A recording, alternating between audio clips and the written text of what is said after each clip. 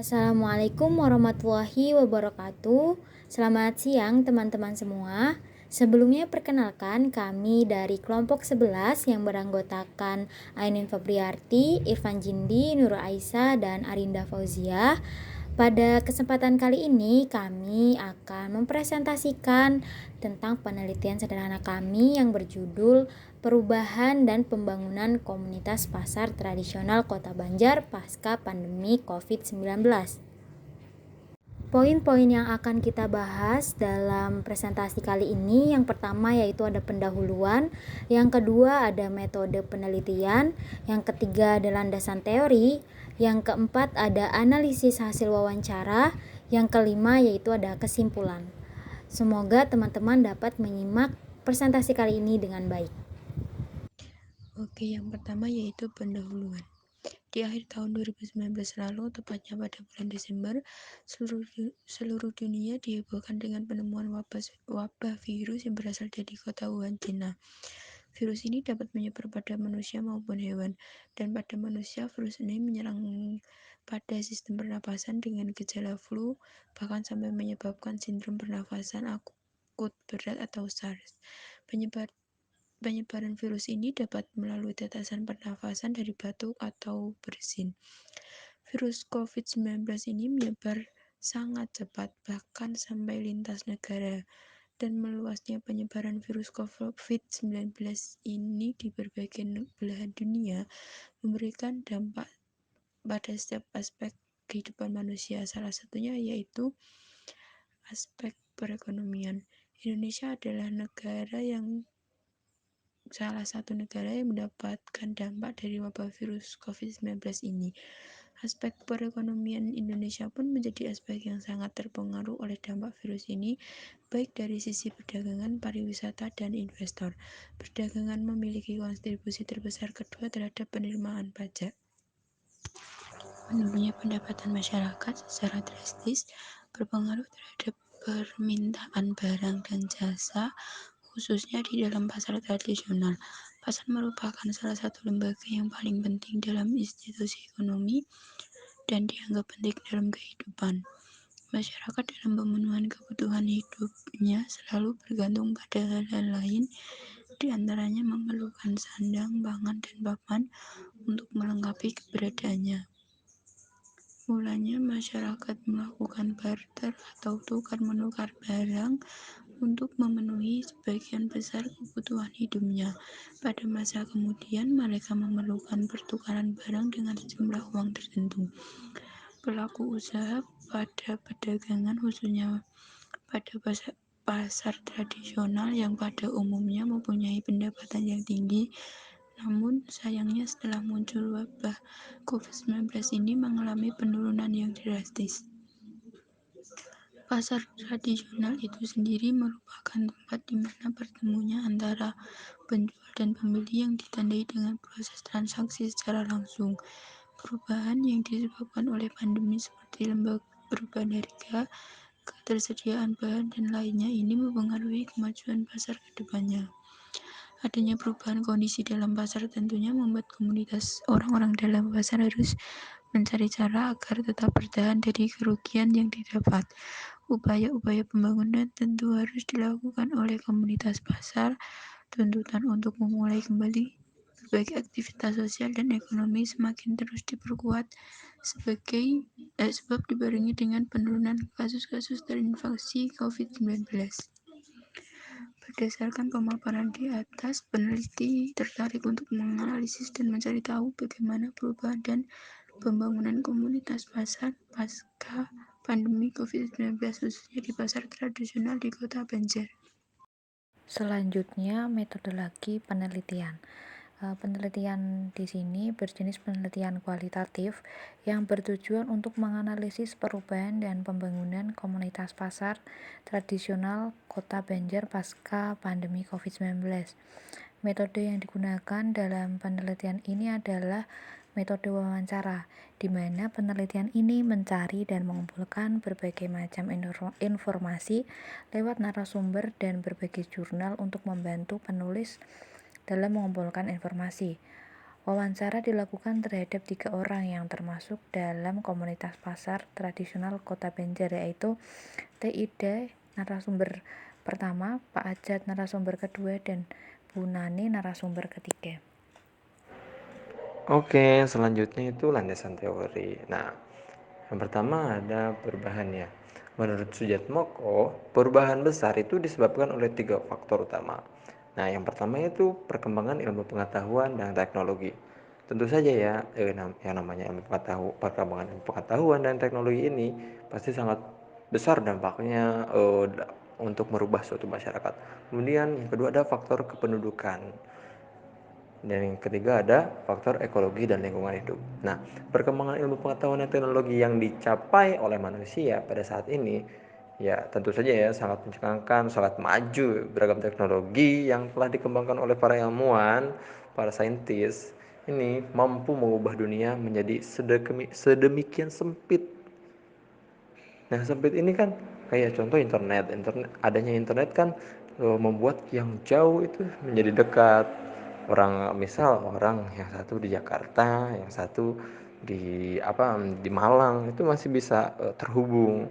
Ya contohnya kemarin aja yang nggak bisa lebaran di keluarga kan sama keluarga ya, kan masih tetap bisa mendapatkan vibe keluarga gitu, vibe lebaran walaupun hanya dari via video call. Nah, perubahan sosial ini dapat dibayangkan sebagai perubahan yang terjadi di dalam atau mencakup sistem sosial. Nah, lebih tepatnya terdapat perbedaan antara keadaan sistem tertentu dalam jangka waktu yang berlainan. Nah, untuk konsep itu, dasar mengenai perubahan sosial mencakup 3 hal, yaitu pertama, studi mengenai perbedaan, kedua, studi harus dilakukan pada waktu yang berbeda, dan ketiga, pengamatan pada suatu sistem sosial yang sama.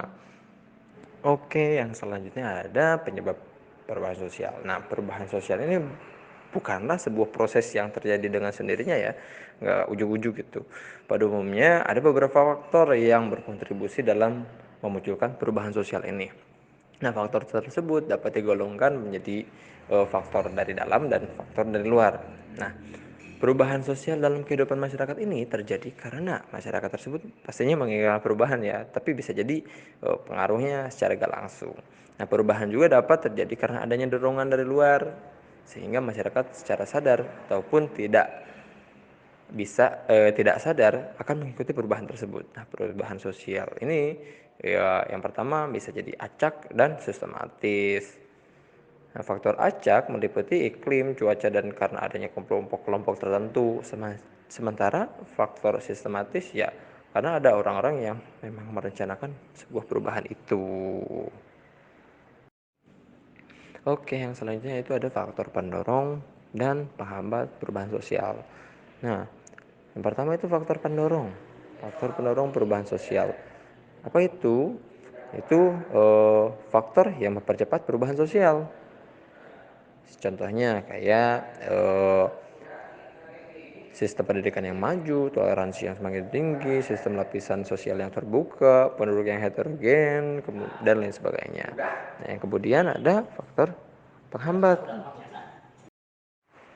Tentunya yang namanya perubahan sosial tidak akan selalu berjalan mulus ya. Dengan perubahan sosial hidup pun sama. Nah, perubahan sosial seringkali dihambat oleh beberapa faktor penghambat. Nah, faktor tersebut meliputi kurangnya hubungan dengan masyarakat yang lain, perkembangan ilmu pengetahuan yang terhambat, sikap masyarakat yang pesimis, adat atau kebiasaan yang ya terlalu strong ya, bisa dikatakan kayak pemikiran kolot ya, kepentingan-kepentingan yang tertanam kuat, rasa takut akan terjadinya disintegrasi dan lain sebagainya. Oke, selanjutnya itu perubahan besar pasar tradisional pasca pandemi. Nah, semenjak adanya pandemi ini, terjadi banyak sekali perubahan market trend yang dimana mengakibatkan perubahan perilaku konsumen dan perilaku usaha. Dimulai dari kebiasaan kecil hingga perubahan gaya hidup komunitas yang ada di dalamnya. Nah, banyak pedagang yang memanfaatkan teknologi dan membuka peluang bisnis online tentunya seperti Shopee dan ya e-commerce yang lainnya. Nah, kemudian pasar tradisional menjadi salah satu area publik yang sering didatangi masyarakat meskipun saat pandemi. Nah, karena pasar tradisional ini menjual banyak sekali bahan ya, terutama bahan-bahan pokok. Nah, seperti makanan, keperluan esensial dalam kehidupan sehari-hari. Tentunya karena pasar tradisional terkenal dengan biaya yang terbilang sangat terjangkau untuk masyarakat. Oke, jika tadi sudah dipaparkan mengenai perubahan, berikutnya yaitu ada pembangunan. Nah, di sini yang pertama yaitu ada pengertian dari pembangunan. Pembangunan itu sendiri pasti kita telah bisa membayangkan ya bagaimana pembangunan pasar di era pandemi. Nah, di sini pembangunan itu dapat diartikan sebagai suatu proses perubahan dari suatu keadaan menjadi keadaan lain yang di mana keadaan lain tersebut dinilai lebih baik. Jadi ya pembangunan ini selalu berkaitan nih dengan proses perbaikan atau menuju ke arah lebih baik gitu. Oke, kemudian setelah tadi ada pengertian, selanjutnya yaitu ada konsep pembangunan. Nah, konsep pembangunan ini sendiri itu biasanya selalu melekat nih dengan konteks kajian suatu perubahan. Jadi antara perubahan dengan si pembangunan itu tentu saling berkaitan gitu ya. Nah, pembangunan di sini diartikan sebagai suatu bentuk perubahan yang sifatnya direncanakan. Jadi tidak mendadak ya, pembangunan ini itu direncanakan, di mana artinya setiap individu atau setiap kelompok itu tentu akan mengharapkan perubahan yang mempunyai bentuk lebih baik, bahkan lebih sempurna dari sebelumnya. Nah, kemudian pembangunan secara berencana ini itu lebih dirasa sebagai suatu usaha yang lebih rasional gitu dan juga teratur bagi pembangunan masyarakat yang belum ataupun baru berkembang. Nah, di sini ada menurut Wiharnotlo itu menyebutkan bahwa ada beberapa tahapan nih mengenai konsep perubahan di Indonesia itu sendiri. Nah, yang pertama yaitu ada strategi pertumbuhan, kemudian yang kedua ada pertumbuhan dan distribusi, yang ketiga ada teknologi tepat guna, yang keempat yaitu ada kebutuhan dasar, yang kelima yaitu ada pembangunan berkelanjutan, yang keenam yaitu ada pemberdayaan. Dalam pembangunan ini tentu akan ada hambatan-hambatan yang dapat terjadi gitu di dalam prosesnya. Nah, di sini ada faktor penghambat dari pembangunan itu sendiri. Nah, pembangunan itu kan tadi merupakan proses perubahan ya secara direncana sengaja ataupun direncanakan gitu. Tergantung dari kebutuhan-kebutuhan masyarakat. Nah, pelaksanaan pembangunan ini itu kan banyak dipengaruhi ya oleh kondisi fisik ataupun non fisik dari si masyarakat itu sendiri. Nah, sehingga percepatan atau akselerasinya itu pembangunan ini tuh di setiap tempat itu tidak sama gitu. Bahkan di setiap negara pun itu tidak akan sama. Nah, di sini ada menurut Jokro Amijojo itu dalam Nawawi beliau menyebutkan bahwa faktor yang mempengaruhi pembangunan dan mempunyai relevansi dengan kondisi masyarakat itu ada 3 nih. Yang pertama itu masyarakat yang masih tradisional.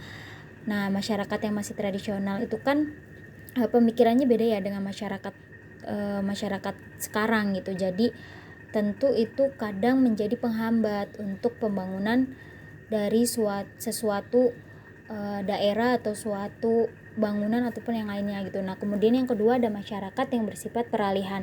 Di sini tuh maksudnya kadang kan masyarakat itu beralih dari satu kota ke kota lain atau dari satu tempat ke tempat lain gitu. Karena ini juga bisa menjadi penghambat nih.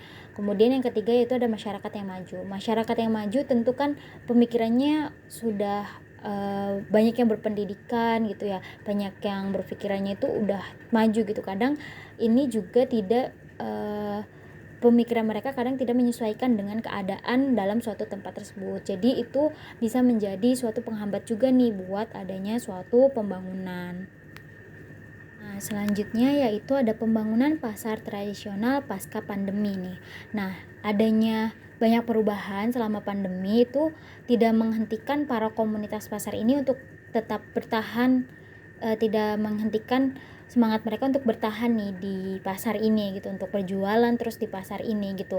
Nah, meskipun pendapatan mereka itu terbilang sangat menurun kan karena adanya si pandemi ini. Nah, aktivitas perdagangan di pasar itu tentu harus tetap berjalan karena mereka itu mata pencahariannya atau pendapatan sehari-harinya untuk keluarga, untuk konsumsi mereka itu kan dari perdagangan tersebut gitu, dari pasar gitu. Nah, tentunya berbagai cara itu dilakukan nih oleh komunitas pasar untuk dapat membentuk pasar ini menjadi tempat yang aman dan meminimalisir penyebaran COVID-19. Nah, misalnya saja seperti memberlakukan protokol kesehatan itu menjadi salah satu ya syarat yang harus dilakukan untuk tetap menjalankan aktivitas di dalam pasar selama pandemi. Nah, para pedagang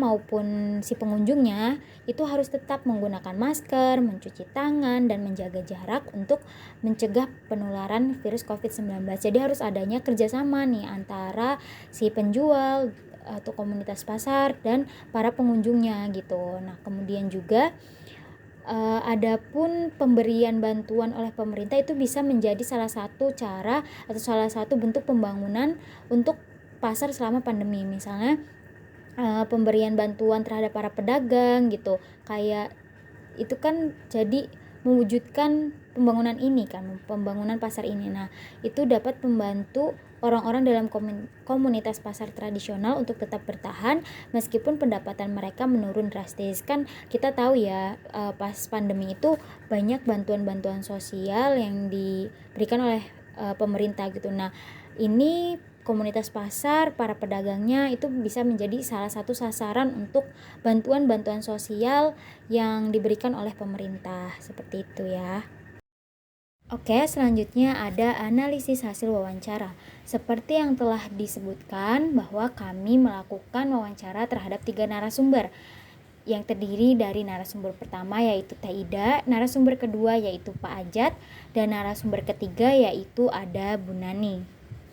Wawancara yang kami lakukan yaitu di tanggal 5 Mei 2022, tepatnya pada pukul 9 pagi. Tempatnya yang pasti di Pasar Tradisional Kota Banjar. Nah, dari hasil wawancara kepada ketiga narasumber tersebut, di sini mereka menyatakan bahwa perubahan yang terjadi di pasar tradisional akibat pandemi COVID-19 ini itu sangat berpengaruh tentunya pada komunitas pasar yang ada. Nah, menurut narasumber sendiri, aktivitas pasar itu tetap berjalan. Awalnya memang aktivitas itu awal pandemi itu seperti biasa gitu, seperti sebelum pandemi. Namun setelah diberlakukannya peraturan dari pemerintah yaitu PPKM atau pembatasan sosial gitu, itu menjadi perubahan gitu, menjadi adanya perubahan di mana pasar terbilang sepi. Jadi orang-orang itu sedikit yang datang atau mengunjungi pasar. Nah, kemudian untuk pendapatan sendiri, menurut para narasumber, mereka menyatakan bahwa pendapatan yang mereka dapat itu mengalami perubahan, di mana dulunya pendapatan mereka itu bisa untuk mencukupi kebutuhan keluarga mereka. Namun sayangnya akibat adanya COVID-19 ini, pendapatan mereka itu semakin berkurang tentunya karena tadi kan pengunjung pasar atau pembeli itu semakin sepi atau berbeda gitu, sepi dibandingkan dari sebelum adanya pandemi. Adanya PPKM juga itu memberikan peraturan pembatasan waktu untuk mereka, di mana waktu mereka buka warung atau berdagang itu dibatasi gitu. Biasanya tidak ada pembatasan, dan sekarang itu semenjak ada pandemi itu diatur pembatasannya. Misalnya saja mereka harus tutup lebih awal. Nah, tentu hal tersebut itu mengurangi pendapatan mereka ya. Seharusnya kan mereka mendapatkan lebih gitu, mendapatkan keuntungan lebih. Namun di sini karena adanya pembatasan waktu juga, mereka jadi berkurang pendapatannya. Apalagi orang yang datang itu bahkan salah satu narasumber menyatakan orang yang datang itu pernah cuma 3 orang atau 4 orang saja. Karena memang mungkin para pedagang atau pembeli pun takut terjadinya kerumunan atau takut menimbulkan sebuah kerumunan.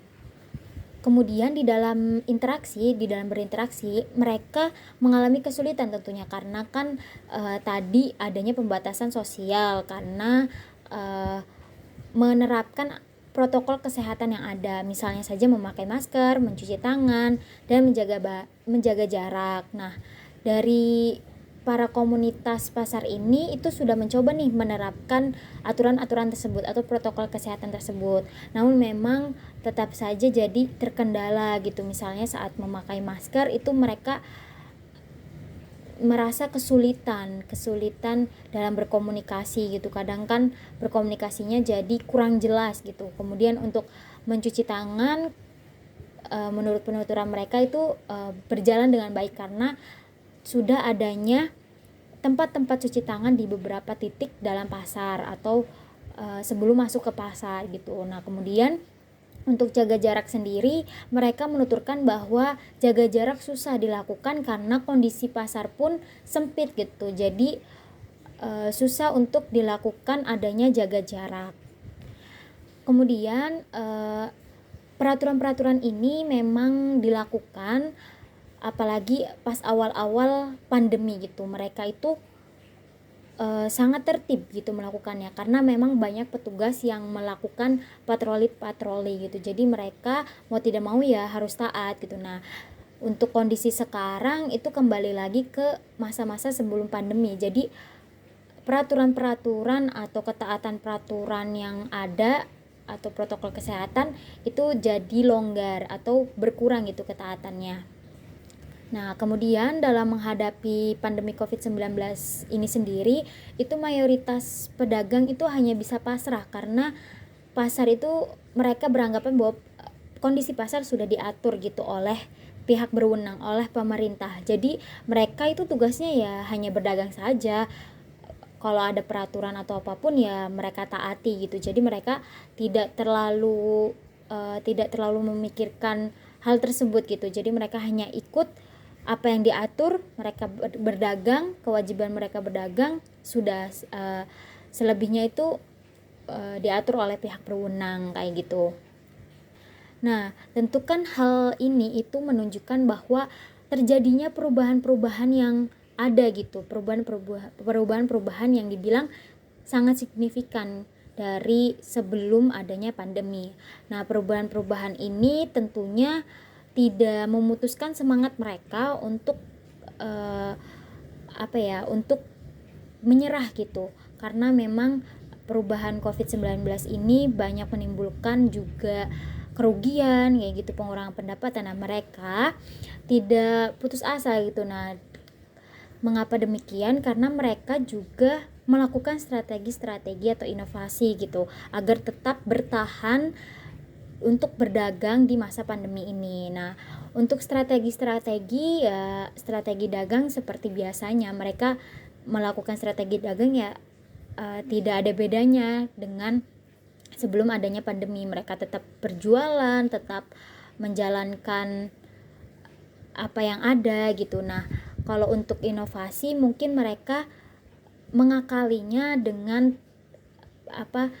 tertibnya menerapkan peraturan tersebut gitu. Jadi dengan adanya tempat cuci tangan gitu. Nah, dengan adanya tempat cuci tangan kan otomatis para penjual, para pedagang atau para yang pengunjung gitu, pembeli itu kan bisa mencuci tangan. Itu inovasi yang baik menurut mereka agar tetap terjaga juga dari masa pandemi ini dan aktivitas pasar pun tetap berjalan gitu. Nah, hal tersebut salah satu usaha ya untuk melakukan pembangunan pasca adanya pandemi ini. Jadi mereka tidak terpuruk terus-terusan gitu. Mereka juga melakukan pembangunan pasar, pembangunan penjualan mereka ataupun yang lainnya agar tetap bertahan dan tidak terus-terusan mengalami kerugian gitu. Untuk keadaan pasar saat ini sendiri, mereka menuturkan bahwa keadaan pasar saat ini tuh mulai ramai kembali karena memang pandemi ini sudah longgar gitu ya, kasus pandemi ini sudah longgar, jadi mereka menuturkan bahwa pasar mulai ramai kembali, kemudian banyak orang yang berdatangan dan pendapatan mereka pun sudah mulai pulih gitu, seperti itu. Selanjutnya, kesimpulan meluasnya penyebaran virus COVID-19 di berbagai belahan dunia memberikan dampak pada setiap aspek kehidupan manusia. Salah satunya pada aspek perekonomian, Indonesia menjadi negara yang ikut mendapat dampak dari wabah virus COVID-19 ini. Aspek perekonomian Indonesia pun menjadi aspek yang sangat terpengaruh oleh dampak virus ini, baik dari sisi perdagangan, pariwisata, dan investor. Semenjak adanya pandemi, terjadi banyak perubahan market trend yang dimana mengakibatkan perubahan perilaku konsumen dan perilaku usaha, dimulai dari kebiasaan-kebiasaan kecil hingga perubahan dalam gaya hidup komunitas-komunitas yang ada di dalamnya. Dan menurut hasil dari wawancara yang dilakukan dari mengambil 3 narasumber, perubahan yang terjadi di pasar tradisional akibat pandemi COVID-19 sangat berpengaruh terhadap komunitas pasar.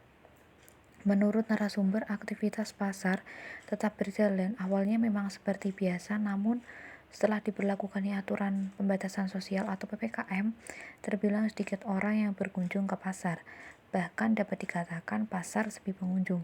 Untuk pendapatan, para narasumber menyatakan bahwa pendapatan mereka berubah, di mana dulunya pendapatan mereka bisa untuk mencukupi kebutuhan keluarga, dan akibat adanya pandemi COVID-19 ini, pendapatan semakin berkurang yang hanya mendapat setengah dari pendapatan sebelumnya. Sekian presentasi dari kelompok kami, kurang lebihnya mohon maaf. Wassalamualaikum warahmatullahi wabarakatuh.